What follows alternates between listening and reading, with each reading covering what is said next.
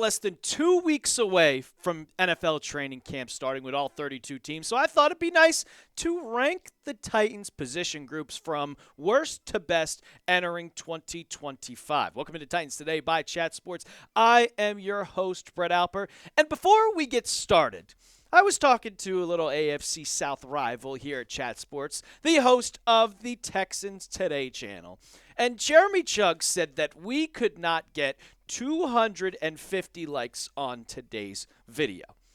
We're so close to 11,000 subs, and I know you guys are helping out and hitting that sub button, but I want to prove Chuggs wrong. I want to prove the Texans Today fans completely wrong, that Titans Today is the best AFC South YouTube channel there is. So go ahead, hit that thumbs up icon, like the video, and let's prove him completely wrong. Let's prove him completely wrong. So let's get started with the position groups. Number 10, and I think this is no doubt the worst spot on the Titans roster, and it's got to be the linebackers. I mean, I made a video last week talking about the linebacker group, and the Pro Football Focus rated it one of the worst, if not the absolute worst, in the NFL. And when it comes to the linebacker core, like, outside of Cody Barton, it is probably, there is no one on this roster that is decent. Now, I do like Otis Reese. I do like Cedric Gray. I do like James Williams. But these guys are all fourth, fifth, undrafted guys. There's no one that's really proven themselves in the NFL. You have Otis Reese, which could, technically, he could be a cut candidate. Cedric Gray is just, this team needs a lot more depth with its linebacker room. You traded away Kenneth Walker. You lost Harold Landry. Like, every starter that the Titans had in 2024 for the linebackers is completely gone. Now, Cody Barton, very, very solid. I think he's a surprise candidate for this Titans team going into this upcoming season, like 106 tackles. Now, you're not going to get a lot of sacks from him, but he's a guy that can go back into coverage, who can stop the run. So, besides Barton, linebacker room has a lot of work to do, and that's why I said you should sign Kazir White, because you need a lot more depth, because it's rough. It is rough going into 2025. I'm not saying it's completely awful, but you need a lot more work to go. This is definitely number 10 on the Titans roster. Going into number 9, and this is better, but I'm not going to call it insane. I really don't think you should have got rid of Nick Folk, and that's the special teams. This year, you're going in with a new kicker, a new punter, and your punter's Johnny Hecker. And I do like your kick returner and punt returner with Julius Chestnut and Shamiri DK, because Shamiri DK is your new punt returner, and he is an absolute speed demon. But Hecker's getting up there in age. It's not his time from the Rams. And Joey Sly, I'll be honest with you guys, he was with the Patriots last year, and look at his stats. 26 for 33. That's in the 70% range, people. Like, that's just not good for a kicker. A good kicker, you want to be kicking at least 85%. And if you're going with a downgrade from Nick Folk into Joey Sly, which kicks 78%, that's just not an upgrade. Now, he could have a bounce-back year. Kickers, they go through waves where they're not that great, and they become great. I hope Joey Sly can do that, because last year it did not help. I'm really looking forward to Shamiri DK, though, being the punt returner going into this season. Number 8 on the list. And I wanted to rank them higher, but it's just with you don't know what is going to happen with L'Jarius Sneed, and that's the cornerback section. You have L'Jarius Sneed, and I think this cornerback room is very underrated, but very unproven, to say the least. Like, you have L'Jarius Sneed, Jarvis Brownlee Jr., Roger McCreary. Like, these are all solid players. Your star L'Jarius Sneed did not go up to snuff coming in 2024. You signed that gigantic contract, but then he was hurt the whole entire season. Like, only 23 tackles, no interceptions, no pass breakups. And we saw what he was like when he was with the Kansas City Chiefs years before. That's why you traded for him. That's why you signed the big contract. But I'll give him a pass. He was hurt. He did speak, however, a couple weeks ago at his camp, and he was talking about he's healthy. He said the healthy that he's been Last year, his first year in Tennessee, didn't go as planned, but, it's time to come out and show the world what God has been instilling in me this entire year. I'm ready to get back on the field. That's my life. That's what I do for a living. I missed the whole year. You didn't miss the whole year, but you basically did. And I have to remind everybody who L'Jarius Sneed is. If L'Jarius Sneed can if he can play up to his contract, then this quarterback room is going to increase. And it would definitely be probably 5 to 6 range. But because we don't know, and he didn't even participate in OTAs or minicamps, so I can't truly say that this cornerback room is great, so I'm going to give them the rating that they have right now. It's just off of what we've seen from the last year. What would you guys grade the Titans cornerback room? A, B, C, D, or F? If L'Jarius Sneed is healthy, and he is that guy that we thought he was a couple years ago, I'm going to give it a B. Let me know down in the comments section. Number 7, and I'm going to go with the running backs. Outside of Tony Pollard, Tyjae Spears, Julius Chestnut, Khalil Mullins, it's a solid group, and that's why we're getting to number 7. I love Tony Pollard. Tony Pollard is one of my favorite running backs in the NFL. I made a really dumb trade a couple years ago that involved a certain all-pro running back, and I traded him away for Tony Pollard. Yeah, I'm not going to talk about that much, but it's the worst decision I ever made, but I still love Tony Pollard with all my heart. But behind Tony Pollard, when you have Tyjae Spears and Julius Chestnut, it's not what you want because Tony Pollard is running back 1 and Tyjae Spears is running back 2. And you're going to get 1,000 yards from Pollard. You're going to get probably 400 yards in receiving from Pollard. But after that, Tyjae Spears is kind of the same exact running back. You want to do what all these teams are trying to build, and that's a ground and pound running back with a lightning speed guy. So you have Pollard with your speed guy.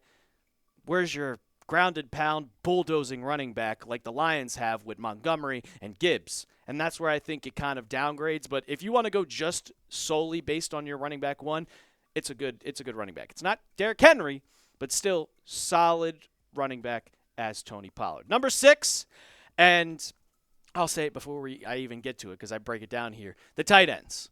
I really enjoy this tight end room, and I know we've talked about it, how they might trade away Chigakonkwo because you drafted Gunnar Helm, but if you can run this 12 personnel set, Josh Wiley, I'm sorry, but you're going to drop to tight end 3. Gunnar Helm is going to be that guy, future tight end 1. I think it's the most underrated position, and with Cam Ward coming in, a guy that's going to throw to his tight end, I know back when he was with Miami, Aurora was one of his top targets. So you can imagine, Chigakonkwo was getting 50 catches with Will Levis as his quarterback. Now you put a great guy in Cam Ward, a rookie that's going to target the tight end a ton. It's going to help this team. And then when you have Gunnar Helm, who just had 60 catches with Texas coming in too, it is going to look really good. And I think this is a very underrated aspect of the Titans roster because both guys, especially Chig, can block, but you can also go into cover or go into running routes and catch passes from your new franchise quarterback.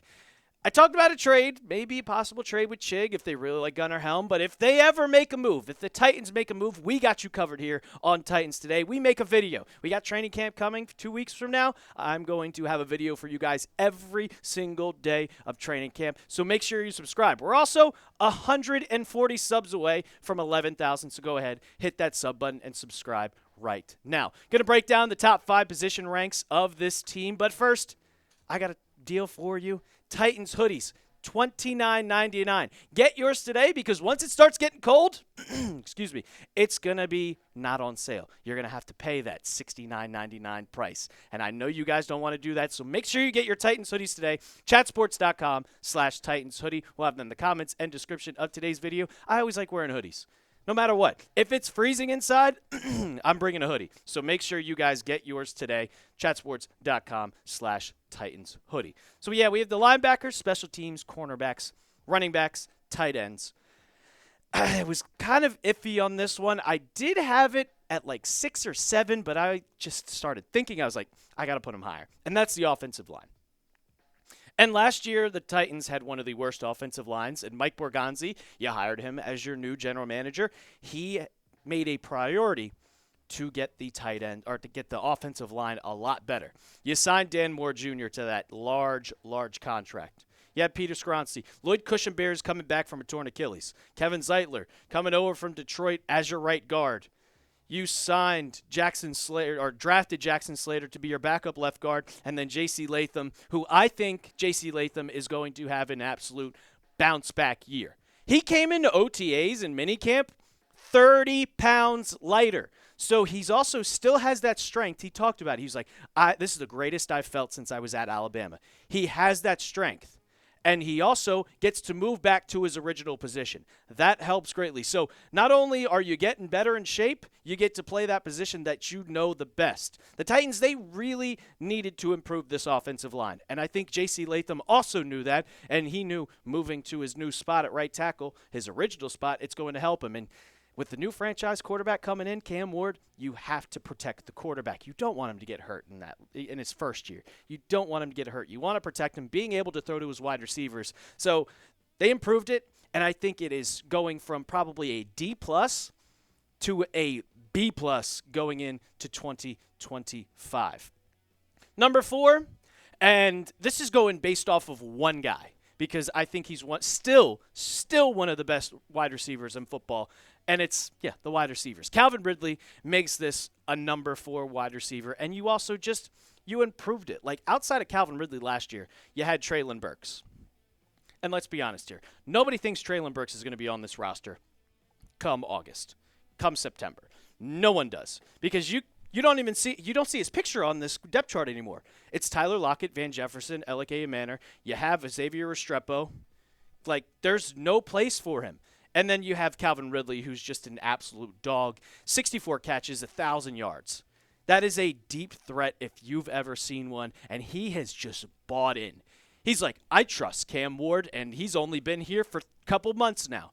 He is fully bought into this team, and he's been working out nonstop with Cam Ward, trying to get that chemistry down.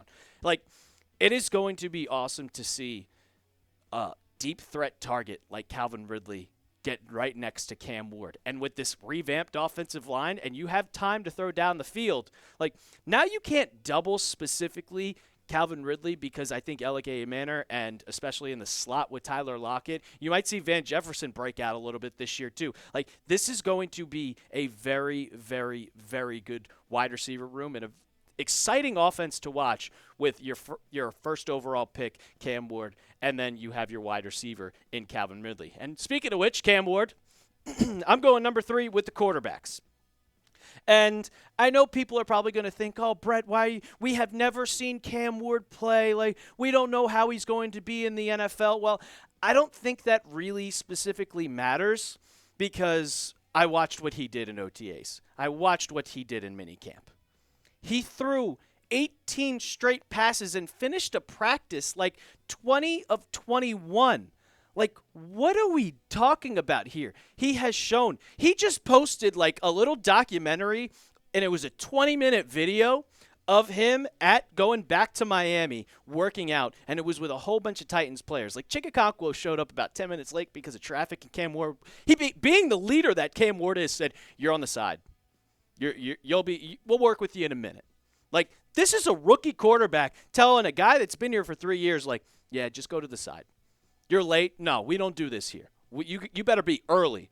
On time is early. Cam Ward is showing that he's being a leader, your new franchise quarterback, and he's also looked good. And then I think Will Levis might be traded, but if he's not, tell me he's not a great backup quarterback for you guys. Like, he's not starter material, but you could see solid numbers as a backup quarterback, 63% completion percentage, and all you have to do is just be a reliever. God forbid Cam Ward gets hurt, but if they keep Will Levis as the backup, he knows the NFL. He's been in the league for a couple years. He's a smart QB. So you tell me that he's not a top 5 backup in this league. I think so, but I don't know. You let me know in the comments. And also, what's the Titans' best position group going into 2025? I still haven't gotten my final 2. And final 2 might surprise you. The number 1 might surprise you a little bit. But go down in the comments right now. Let me know who's the best position group. Number 2. I had them lower. And then I was just like, no, they got to be 2. They have to be 2. Because you have an absolute dominant threat with your defensive line. The edge rushers, That needs a little bit of work, but when you look at this interior defensive line, oh my God, they are threatening. Like Tavondre Sweat and Jeffery Simmons.